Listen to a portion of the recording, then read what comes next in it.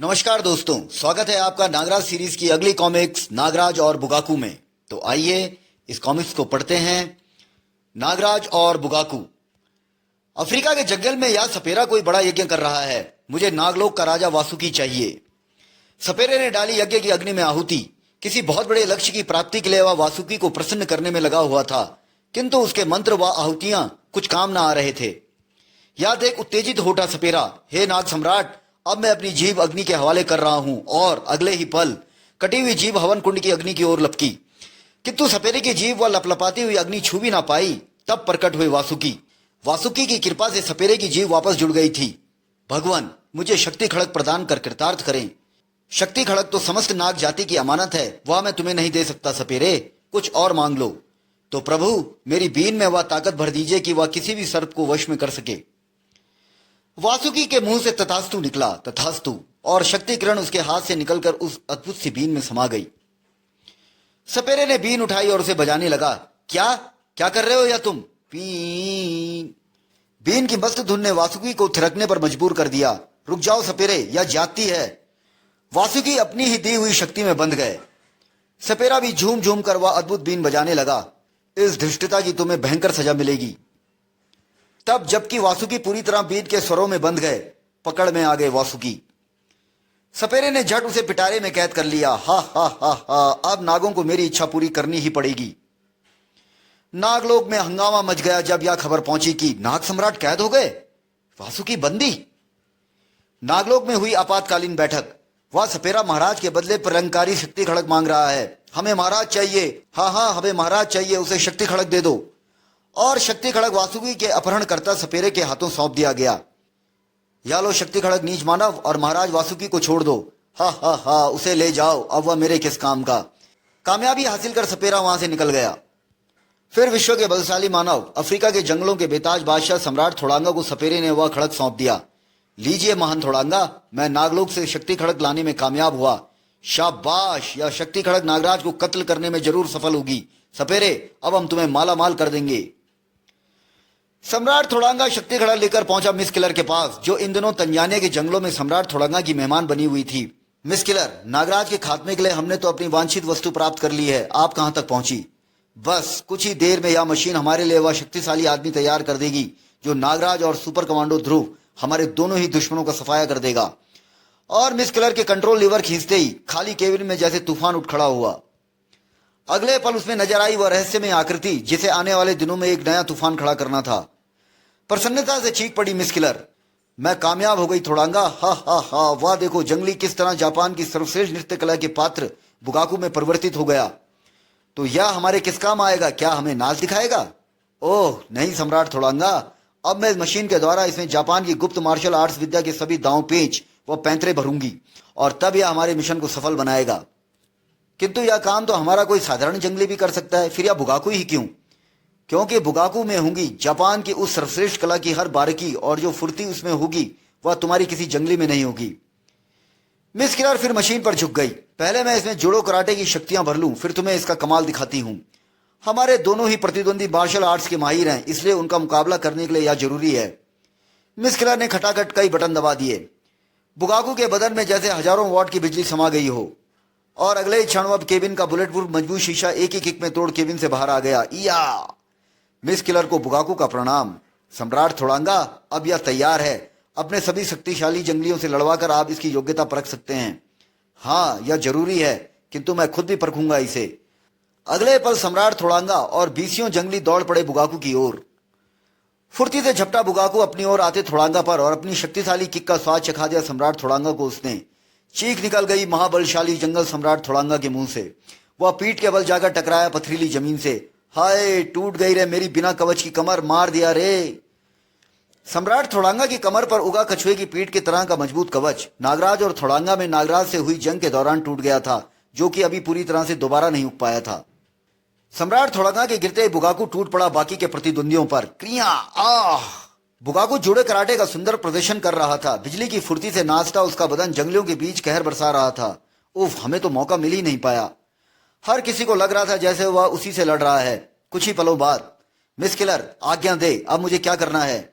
क्यों थोड़ांगा, क्या विचार है तुम्हारा, या है किसी काबिल? क्यों शर्मिंदा करती हो मिस किलर? बुगाकू ही नागराज को कत्ल करने के काबिल है।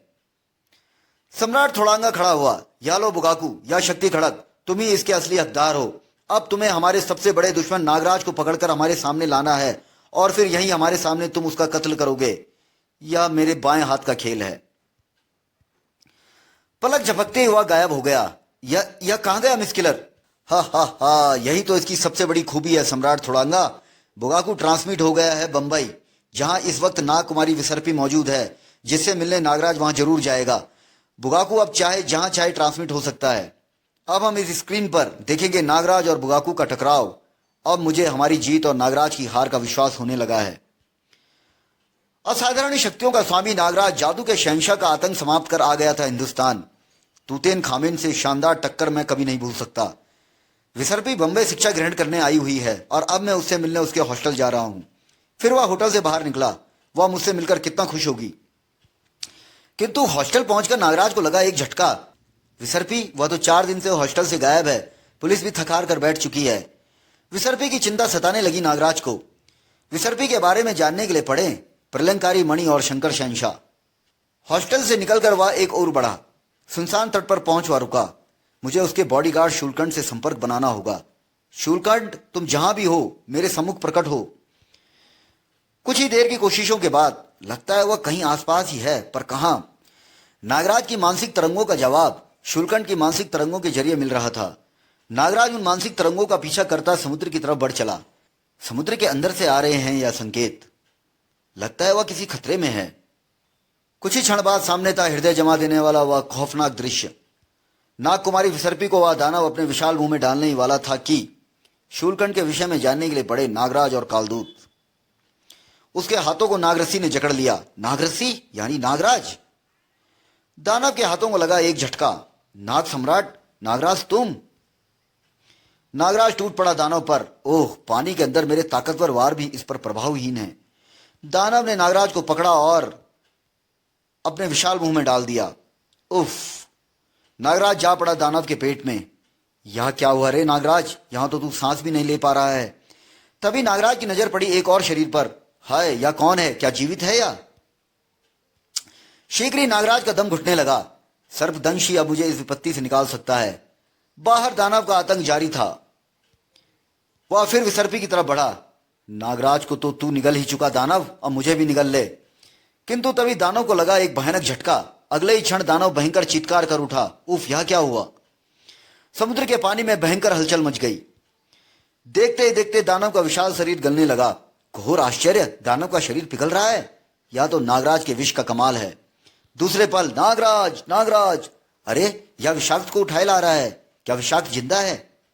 कुछ देर बाद समुद्री नागलोक में विषाक्त नागराज को अपने साथ घटी घटना का विवरण दे रहा था। नागराज, हम समुद्री नाग कभी कभी घूमने के लिए समुद्र के बाहर भी चले जाते हैं। ऐसे ही एक दिन। या दोनों मुझे मानव नहीं लग रहे, जरूर ये नाग मानव हैं। शूलकंठ, रविवार को समुद्र तट पर घूमना कितना अच्छा लगता है। हाँ नागकुमारी। तभी एक तरफ शोर उठा। हा हा हा हा, चलो बीच खाली करो, पंगा दादा आ रहे हैं। हुर्र! विसर्पी के पास पहुंचकर जीप से एक मजबूत हाथ निकला और हुर्रे सुंदरी, हाय हाय सुंदरी। ओह! सन्न रह गया पल भर को शूलकंठ। फिर वह चीखता हुआ उन जीपों की ओर दौड़ा। रुक जाओ कमीनों, कुमारी विसर्पी को छोड़ दो। महाबली विषाक्त जो यह सब देख रहा था तेजी से हरकत में आया। मुझे इन्हें इन इंसानी दरिंदों से बचाना होगा।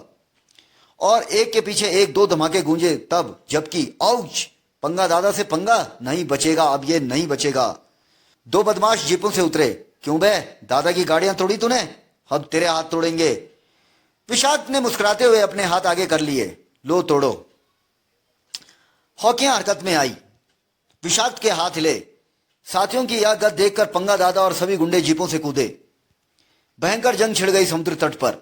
विषाक्त के लिए तुम मच्छरों से ज्यादा नहीं हो। शूलकंठ भी इस जंग में शामिल हो गया। कुमारी विसर्पी को छूकर तुमने अपनी मौत बुला ली है। महाबली विषाक्त के बाहुबल ने पंगा दादा और उसके साथियों को दिन में तारे दिखा दिए। कुछ ही देर बाद, पंगा दादा, अब के बाद तू किसी से पंगा नहीं ले सकेगा, तेरे हाथ तोड़ दूंगा मैं। नहीं, मुझे माफ कर दो उस्ताद, माफ कर दो रे। पंगा दादा उस्ताद मान गया विषाक्त को। किंतु तभी वहां बिजली सी कौंधी। उफ! वहां प्रकट हुई एक अद्भुत आकृति। बुगाकू तुम्हारी मदद को आया है पंगा दादा, डरने की जरूरत नहीं है अब तुम्हें। विशाख ने बुगाकू पर छलांग लगा दी। चलो पहले हिमायती को ही खत्म कर दें। छलावे की तरह बुगाकू अपनी जगह से हिला। उफ, इसमें तो बिजली की सी फुर्ती है। विशाख उछला। मेरे लिए यह बचकानी लड़ाई है। जापान की कुंफू फाइटिंग कला में विश्व भर में मुझसे कोई नहीं जीत सकता। बुगाकू की पैनी दृष्टि उसकी हर हरकत परख रही थी। बुगाकू ने उसकी हवा में लहराती टांगे पकड़ी और इसकी युद्ध कला तो अच्छी है ही या महाबलशाली भी है। उछाल फेंका बुगाकू ने विषाक्त को। हा हा हा हा हा, क्या बुरी गत बनाई है बुगाकू ने इस पहलवान की। विषाक्त संभला और आओ मित्र, इससे हम नहीं जीत पाएंगे। रूप बदल कर निकल चलो। शीघ्र ही तीनों नाग बन गए। भागो समुद्र की तरफ। ये क्या, ये सांप कैसे बन गए? किंतु पंगा दादा को अपने सवाल का जवाब न मिल पाया। कुछ ही पलों में वे अथाह समुद्र में विलीन हो गए। भाग गए कायर। उनमें से दो की मुझे जरूरत थी पंगा दादा, और इसीलिए मैं तेरी मदद को आया था। खैर, देर सवेर नागराज को जरूर तेरे इस कार्य का पता चलेगा और फिर वह तेरे पीछे पड़ जाएगा, और तब तक मैं तेरे साथ हूं। 2 दिन ये नागलोक में हमारे मेहमान रहे, किंतु आज जब हम इन्हें विदा करने नागलोक से बाहर पहुंचे, उस भयानक समुद्री दानव ने हमारा रास्ता रोक लिया। मैं उसे लड़ा, किंतु उसने मुझे निगल लिया। अगर तुम समय पर ना आए होते तो वह बहुत से लोगों की हत्या कर देता। फिर कुछ देर बाद समुद्र तट पर नागलोक वासियों ने दी नागराज, विसर्पी और शूलकंठ को एक भावभीनी विदाई। लो नागराज, यह नागलोक की तरफ से तुम्हारी वीरता, शौर्य व मित्रता का प्रमाण चिन्ह। धन्यवाद विशाख। विसर्पी की रक्षा कर नागराज को तुमने अपना ऋणी बना लिया है। विसर्पी को होटल पहुंचाकर नागराज चल पड़ा पंगा दादा और बुगाकू की खोज में। विसर्पी पर हमला करने वालों को बख्शूंगा नहीं मैं। बंबई के होटलों, क्लबों व रेस्तराओं में पंगा दादा जैसी मशहूर हस्ती को खोज रहे हो? धारावी का मालिक है वो। धारावी? पंगा दादा कसाई था पूरा। हैवानियत भरा काम करके वह पलटा। विक्टर, इनके जख्म भर जाएं तो इन्हें भीख मांगने बिठा देना। विकलांगों को भीख अच्छी मिलती है। हा हा हा हा, ठीक है दादा। तभी एक मवाली ने वहां प्रवेश किया। पंगा दादा, विश्व आतंकवाद का दुश्मन महाबली नागराज आपको ढूंढता फिर रहा है। रूह फना हो गई पंगा दादा की नागराज का नाम सुनकर। क्या नागराज मुझे ढूंढ रहा है? बड़े बड़े अपराधियों का सहारक मुझ छोटे से गुंडे को पूछ रहा है। ऐसा ही होता है अपराध जगत में नागराज का नाम सुनकर। मुझे तो कहीं छुप जाना चाहिए, अंडरग्राउंड हो जाना चाहिए। कांप उठा था वह। लेकिन तभी एक जोरदार आवाज गूंजी वहां। कहीं नहीं छुपोगे तुम। बुगाकू के रहते तुम्हें डरने की जरूरत नहीं। बुगाकू? पंगा दादा बुगाकू के चरणों में गिर पड़ा। मुझे बचा लो, बचा ले रे अपने बच्चे को बुगाकू। नागराज मुझे मार डालेगा। नागराज के लिए ही मैं यहां आया हूं पंगा दादा, और उसको अपने साथ लेकर ही जाऊंगा मैं। तभी नागराज ने वहां प्रवेश किया। नागराज आ गया। बुगाकू, बोलो कहां ले चलोगे मुझे? पर पहले इस कसाई को मौत के घाट उतारूंगा मैं। बुगाकू ने नागराज पर कराटे का एक जबरदस्त वार किया। आह, पंगा दादा तक तेरे कदम नहीं बढ़ने दूंगा मैं। बुगाकू की शक्ति का एहसास हुआ नागराज को। जोकर समझकर लड़ रहा था मैं तो इससे, या तो कुंफू का मास्टर है। बुगाकू टूट पड़ा नागराज पर। कितना सुंदर प्रदर्शन है। उसके वार बिजली की तेजी से पड़ रहे थे। धड़ धड़ धड़। बेहतरीन जापानी कराटे हैं यह। नागराज को उठाकर उछाल फेंका बुगाकू ने। एक बार मौका मिल जाए बस। कड़ाक कड़ कड़ कड़। नागराज को कुंफू कराटे में मात देने वाला निसंदेह विश्व का सर्वश्रेष्ठ फाइटर है। किंतु अभी नागराज हारा कहां था। उसे जिस मौके की तलाश थी वह उसे मिला। जितनी तेजी से बुगाकू ने नागराज को उछाला, उतनी तेजी से वह वापस आया। बुगाकू के सीने से भयंकर गति से टकराई नागराज की किक। नागराज फुर्ती से पलटा पंगा दादा की ओर। पंगा दादा, अब तेरी मौत रोकने वाला जल्दी नहीं उठ पाएगा। नागराज के अगले वार ने पंगा दादा की कनपट्टियों को रौंद दिया। पंगा दादा, कसाई, तुझे अभी तड़पा तड़पा कर मारूंगा नीच। गरीब बच्चों की जिंदगी तबाह करता है तू। कड़ाक। नागराज ने उठा ली वह कुलाड़ी जिससे पंगा दादा बच्चों के हाथ पैर काटता था। बच्चों को अपाहिज बनाकर उनसे भीख मंगवाता है तू। अब तेरी ही कुलाड़ी से तुझे काट डालूंगा मैं। किंतु पंगा दादा को कुछ सुनाई नहीं दे रहा था। बहरा हो चुका था वह। उसे तो सिर्फ दिख रहा था मौत की तरह अपनी तरफ बढ़ता नागराज, और धरती से एक और पापी का खात्मा हुआ। किंतु तभी नागराज के शरीर में बेवस हो गई शक्ति खड़क। बस, बहुत हाथ दिखा चुका है, अब इसे ले जाने का समय आ गया। नागराज के शरीर में एक तूफान उठने लगा। पीठ पर वार। बुगाकू, मैं तुझे छोड़ूंगा नहीं। चिच चिच चिच, बेहोश हो गया बेचारा। मिस किलर कितनी खुश होगी इसे देखकर। हा हा हा हा हा। सुपर कमांडो ध्रुव, जिसने समाज से अपराध के कोड़ का खात्मा करने का बीड़ा उठाया। सुपर कमांडो ध्रुव, जो आसमान में चमक रहे ध्रुव तारे के समान अपराध खत्म करने की अपनी प्रतिज्ञा पर अटल है, बढ़ा जा रहा था कमांडो हेडक्वार्टर की ओर। कमांडो फोर्स को आज पैराट्रूपिंग की प्रैक्टिस पर ले जाना है। तभी एक शक्तिशाली आकृति मोटरसाइकिल के सामने आ खड़ी हुई। अरे यह क्या, कौन है यह? उसने पेट्रोल से भरा हुआ कनस्तर खाली कर दिया। फिर ध्रुव के मुंह से निकली हैरत भरी हुआ चीख, जुबिस्को! जुबिस्को ने तीली पेट्रोल पर फेंकी।